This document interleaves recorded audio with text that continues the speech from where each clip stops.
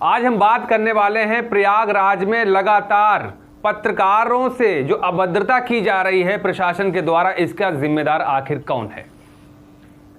बहुत ही सोचने और विचारने की बात है कि वो पत्रकार जो एक फोटो, एक कवरेज, एक खबर शूट करने के लिए 20 किलोमीटर पैदल चलता है, प्रशासनिक गतिविधियों को दिखाता है, सरकार की उपस्थितियों को दिखाता है, कब कहां पर क्या व्यवस्थाएं हैं वहां की सारी कवरेज करने वाला वो पत्रकार आज उसी के साथ प्रयागराज महाकुंभ में आज उसी पत्रकार के साथ पुलिस प्रशासन के द्वारा अभद्रता की जा रही है। दरअसल आपको बता दें कि न्यूज़ इंडिया की महिला पत्रकार के साथ वो अभद्रता, पुलिस प्रशासन के उन कर्मियों के द्वारा जो अभद्रता की गई, ये एक बहुत ही सोचने वाली बात है कि हमारे राष्ट्र के चौथे स्तंभ को किस तरीके से खदेड़ने का काम ये पुलिस प्रशासन के द्वारा किया जा रहा है। लगातार इस कवरेज के बाद जो महाकुंभ का जो माहौल था, वो माहौल एक रंजिश में तब्दील होते हुए नजर आया। उत्तर प्रदेश के यूपी हेड भी मौके पर मौजूद रहे।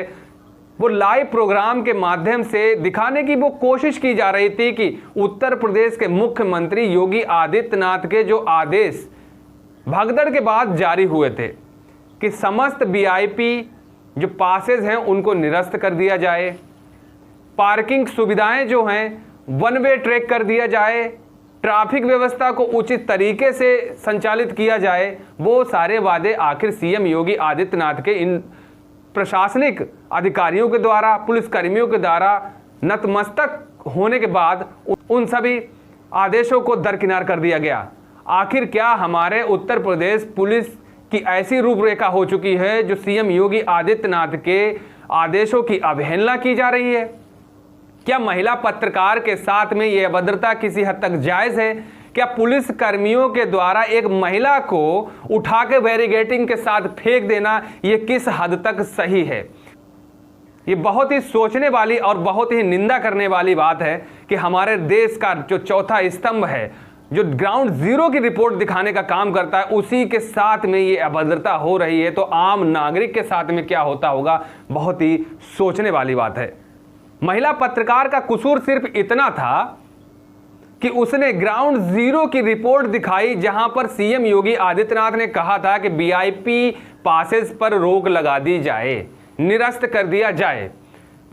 लेकिन नहीं, पुलिस प्रशासन, कुंभ के आला अधिकारी इस आदेश को भूल गए और वीआईपी की एंट्री मंदिर बंद होने के बाद भी लगातार आवागमन जारी रहा। ये आखिर किसके आधार पर, किसके संरक्षण पर हो रहा था? बात तो ये भी है कि आखिर ये कुंभ जो है सिर्फ चुनावी कुंभ है, वीआईपी कुंभ है, ये टैग क्यों दिए जा रहे हैं? कि आम नागरिक के लिए भगवान अलग अलग हैं, कि वीआईपी के भगवान अलग हैं? भगवान पर एकाधिकार है। आखिर ऐसा क्यों?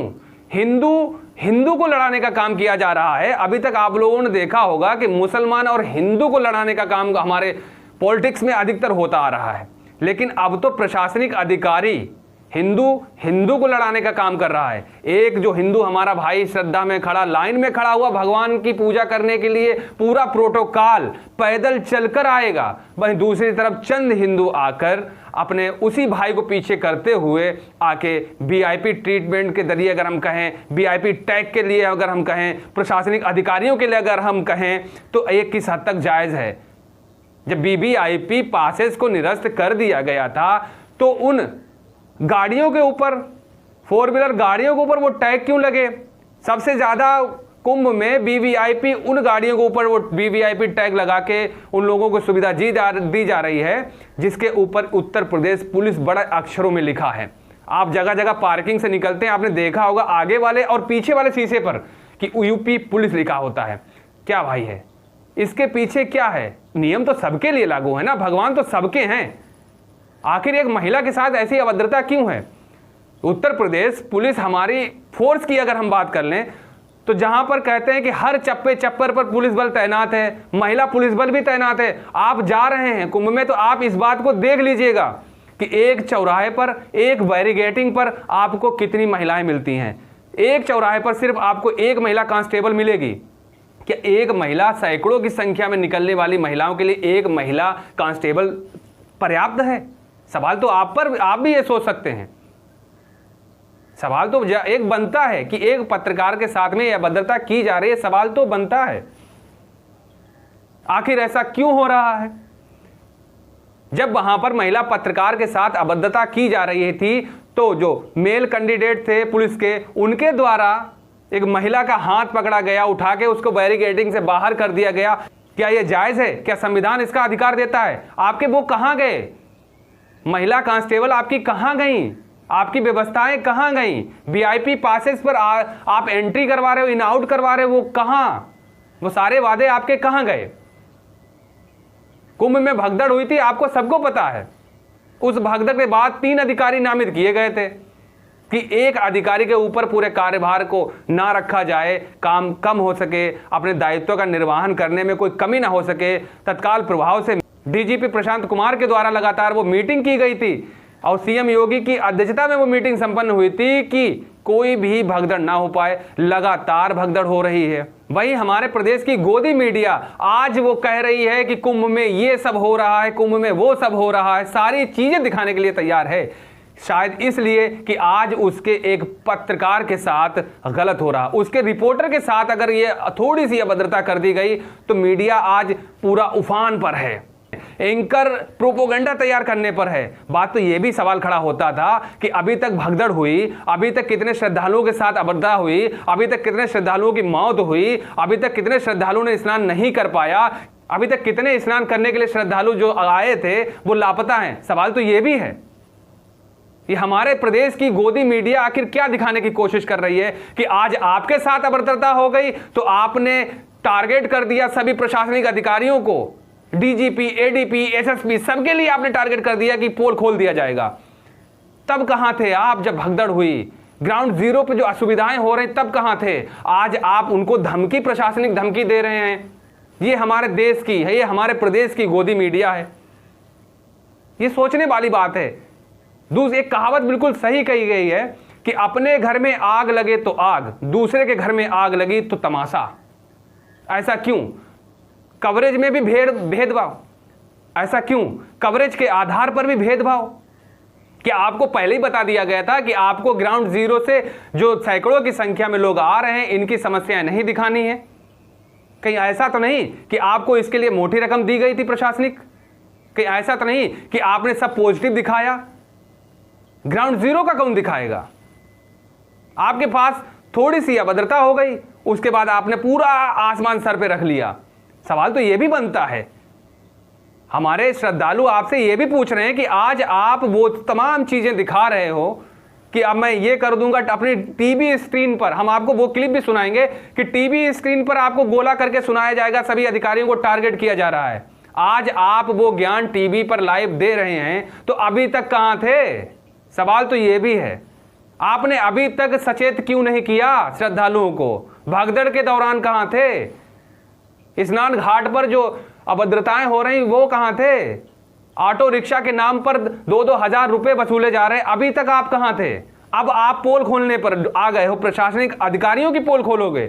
खोलना भी चाहिए, मैं किसी का समर्थन भी नहीं करता, लेकिन बात सिर्फ इतनी ही नहीं है कि आप आज आपके ऊपर बनाई है तो आप किसी को टारगेट कर दोगे।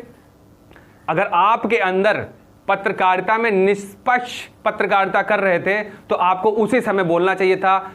ग्राउंड जीरो से वो सभी कवरेज दिखानी चाहिए थी आपने, यानी हमारे देश की, यानी हमारे प्रदेश की उस मीडिया ने महाकुंभ के नाम पर जो एजेंडा चलाया। आज हमारे श्रद्धालु, हमारे देश की वो जनता मूर्ख नहीं है, सब कुछ जानती है। पूछो उनसे जिन्होंने अपने कंधों पर बैठाल के अपने माँ बाप को स्नान घाट पर स्नान कराया। पूछो उन श्रद्धालुओं से जिन्होंने 20-25 किलोमीटर चलकर श्रद्धा की डुबकी लगाई। पूछो उन बूढ़े बुजुर्ग माँ बाप से जिन्होंने भगदड़ के दौरान अपने बच्चों को खोया। पूछो उन माँ बाप से, पूछो उस परिवार से कि जहां पर अभी तक लापता हैं उनके परिजन। हमारे प्रदेश की सरकार अभी तक उसका आंकड़ा नहीं जारी कर पाई।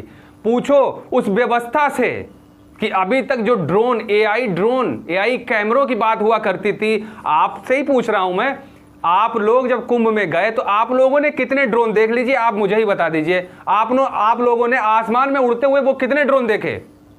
मैं सवाल आप इस जनता से भी पूछता हूं, क्या दिखा आपको? आदेश तो ये भी हुए के थे कि हेलीकॉप्टर से सैर कराई जाएगी आपको, उसके लिए कुछ चार्जेस लिए जाएंगे, पुष्प वर्षा करवाई जाएगी। क्या ये पुष्प वर्षा सिर्फ राजनीति करने वाले कुछ लोगों के लिए है, जैसा कि वीआईपी लोगों के लिए है? हमारे प्रदेश में मीडिया का स्तर इतना गिर चुका है कि ग्राउंड जीरो की सच्चाई दिखाने के लिए एजेंडा चलाया जा रहा है। हमारे चर्चित मशहूर पत्रकार, हमारे चर्चित टीवी चैनल्स आज इलेक्शन का कवरेज दिखा रहे हैं लगातार। इलेक्शन का दिखाना भी चाहिए, ठीक है, तो आपकी वो ग्राउंड जीरो रिपोर्ट कहां चली गई, जहां हमारे प्रदेश की गोदी मीडिया दिखा रही है कि आज केजरीवाल के साथ ये हो गया, भारतीय जनता पार्टी यहां से जीत गई, मिल्कीपुर से समाजवादी पार्टी हार गई। सारे लोगों का आकर्षण टीवी की तरफ रुझान दे दिया गया है।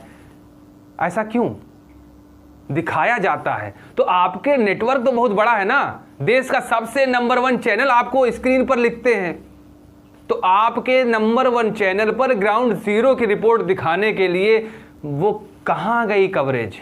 सवाल तो यह भी है ना, क्या वाकई में लोग सही कहते हैं कि गलत कहते हैं? ऐसा मैं नहीं कहता कि हमारे देश की, हमारे प्रदेश की मीडिया बिक रही है, तो वो सच्चाई कौन दिखाएगा? आप ग्राउंड जीरो रिपोर्ट को दिखाइए, उन सभी चीज़ों को दिखाइए। आज तकलीफ दिखाने वाला कोई नहीं, ग्राउंड जीरो की बड़े बड़े चैनल जितने भी हैं, ग्राउंड जीरो की दिखाने वाला कोई नहीं। ऐसा क्यों? मैं आप लोगों को एक बार फिर सावधान करता हूं कि अगर आप लोग महाकुंभ में स्नान के लिए जा रहे हैं, शेष एक 12 तारीख और एक 26 तारीख का जो स्नान बचा है, आप लोग जा रहे हैं तो अपनी व्यवस्थाओं को लेकर जाइएगा। खाने पीने की चीज़ पर्याप्त मात्रा में लेके जाइएगा। अगर आपके कोई बूढ़े बुजुर्ग परेशान हैं, बीमार हैं, तो निवेदन होगा आपसे कि आप उनको ना ही लेके जाएं तो बेहतर होगा, क्योंकि जाम इतनी भयावह है। प्रयागराज की स्थिति ऐसी हो चुकी है कि आपको 20 किलोमीटर पैदल चलना पड़ेगा। आप अगर ऑटो रिक्शा से सफ़र करेंगे तो आपको 10 गुना चार्जेस भी वहाँ पर दिया जाएगा। आप अगर ऑटो रिक्शा से जाएंगे तो ऑटो रिक्शा वाले आपसे 10 गुना वहाँ पर चार्ज ले रहे हैं। तो आपको इन सभी चीज़ों की व्यवस्था अपने पास कर लेनी है। पदयात्रा कर सकते हैं तो जाइए, अपने बूढ़े बुजुर्गों का ख्याल रख सकते हैं तो जाइए।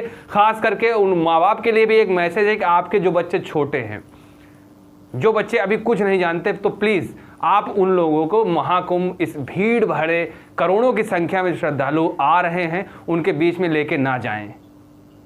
आप अपनी जिम्मेदारी को समझें, खुद सुरक्षित रहें और अपने परिवार को सुरक्षित रखें।